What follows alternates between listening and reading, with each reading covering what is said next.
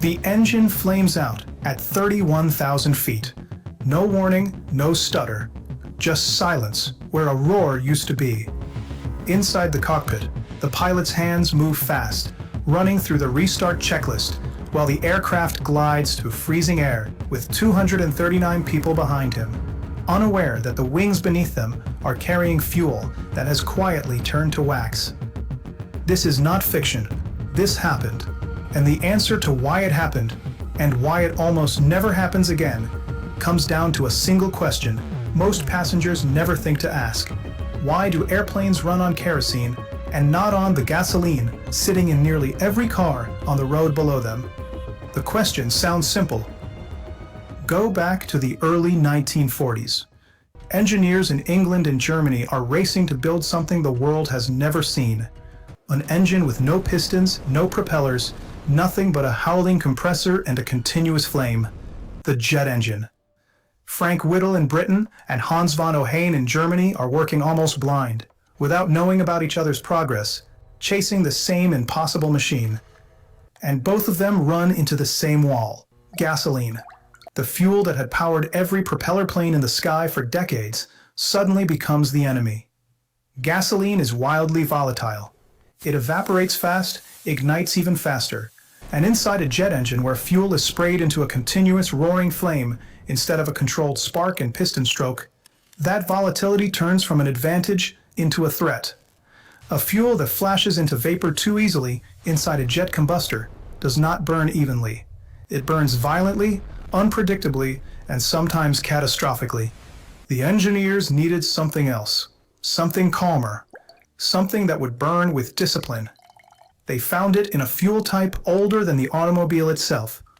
Kerosene had been sitting in lamps and stoves for 100 years before anyone thought to put it in an engine. It was never designed for combustion under pressure at 30,000 feet. But something about its chemistry made it exactly what these desperate engineers needed. Kerosene sits in the fuel family between gasoline and diesel, heavier than gasoline, lighter than diesel, and that middle ground turns out to be the sweet spot for jet propulsion. It does not evaporate as violently as gasoline, it carries more energy per gallon, and critically, it can survive conditions that would turn gasoline into a bomb waiting to happen. But the real test was not on the ground. It was in the sky, at altitudes where the temperature outside the aircraft's skin drops to levels that would freeze a human body in seconds. This is where the story turns dangerous. At cruising altitude, outside air temperature can fall below -50 degrees Celsius. Fuel stored in the wings is exposed to that cold for hours at a time. Gasoline, engineers discovered, could survive that cold just fine. The real danger was something else entirely, something almost nobody outside the aviation industry has ever heard of: wax. Every kerosene-based fuel contains trace amounts of paraffin, a waxy compound that stays invisible and harmless at room temperature. But drop that fuel into extreme cold for long enough, and the wax begins to crystallize. Tiny ice-like particles form inside the tank, and if conditions align just wrong, those particles can clump together and choke the fuel lines feeding the engine. This is exactly what investigators found after a British Airways Boeing 777 lost power in both engines on final approach into London Heathrow in January 2008. The aircraft had flown for hours through brutally cold air on a long-haul flight from Beijing. As it descended and fuel flow demand increased, ice crystals that had silently formed in the fuel system restricted flow to both engines at the worst possible moment, on short final, with no altitude left to recover. The pilots had seconds to react. No engine power, a runway approaching, and a fence in the way. They stretched the glide just far enough. The aircraft came down short of the runway, skidded across grass, and stopped. Everyone on board survived, but the investigation that followed changed how the entire aviation industry understood the fuel running through every commercial jet on Earth. This was not a random accident. It exposed a vulnerability that had existed since the very first jet engines took to the sky. A vulnerability engineers thought they had already solved decades earlier. Because the freezing problem was never a secret. It was the reason Jet A1, the standard fuel used by most of the world's airlines, is engineered to remain liquid down to minus 47 degrees Celsius, colder than almost any temperature the aircraft will ever encounter at cruising altitude. Refineries add anti-icing additives.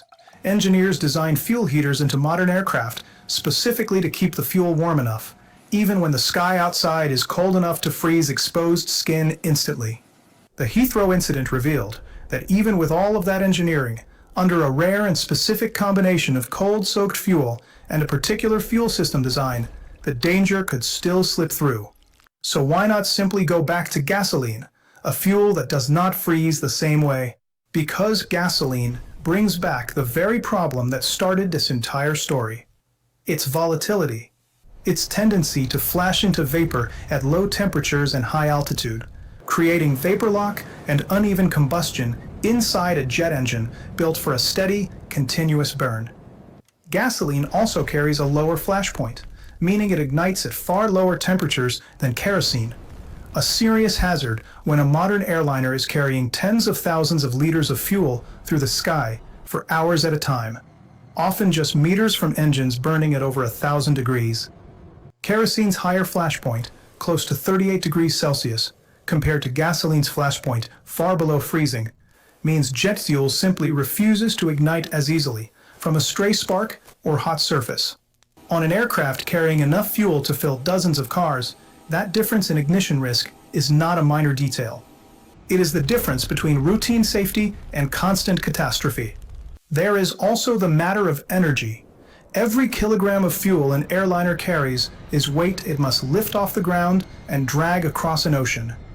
Kerosene packs more usable energy per unit of weight than gasoline once combustion efficiency is accounted for, meaning an aircraft can fly farther on less fuel, a difference that becomes enormous when multiplied across a fleet of aircraft flying millions of miles every single day.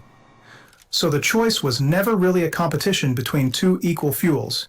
It was an engineering compromise, kerosene chosen not because it was perfect, but because its flaws were more predictable and more controllable than gasoline's. And that predictability had to be earned. Every additive in modern jet fuel exists because something somewhere went wrong first.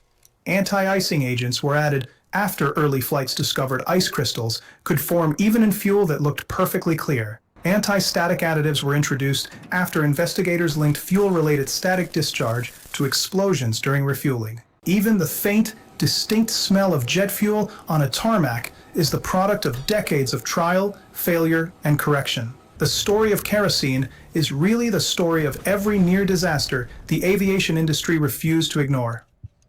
Today, when a wide-body jet climbs into freezing air over the Arctic, or descends into a humid tropical airport minutes later, it is carrying a fuel shaped by lessons written in wreckage reports and flight recorder data. Fuel engineered to resist freezing, resist flashing into flame, and deliver maximum energy for minimum weight.